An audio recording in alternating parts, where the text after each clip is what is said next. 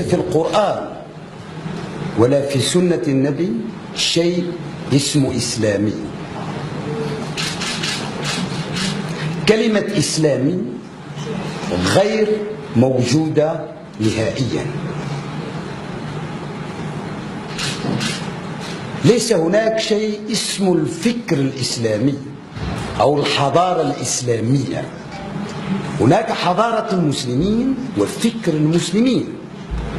فالإسلامي هو قراءة خاصة أو تأويل خاص أو تأويل معين للإسلام.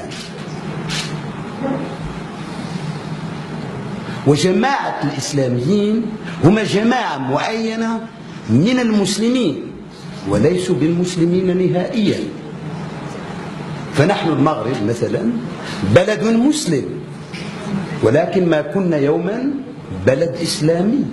فالمغرب عرف كثير من الحضارات التي تعاقبت، كانت دينية أو غير دينية، فعشنا الديانات الثلاث.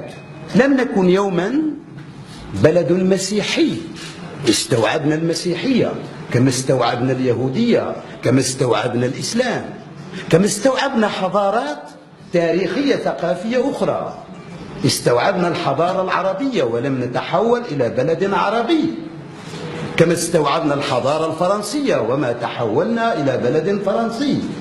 استوعبنا الحضارة الرومانية وإلى غير ذلك من الحضارات الفينيقية والبيزنطية واليونانية، ولم نتحول يوما إلى بلدان داخل هذه المنظومة. يعني انخراطنا كمغاربة في الإسلام هو انخراط ديني وليس انخراط ثقافي وحضاري. لذلك نحن مسلمين ولسنا بإسلام.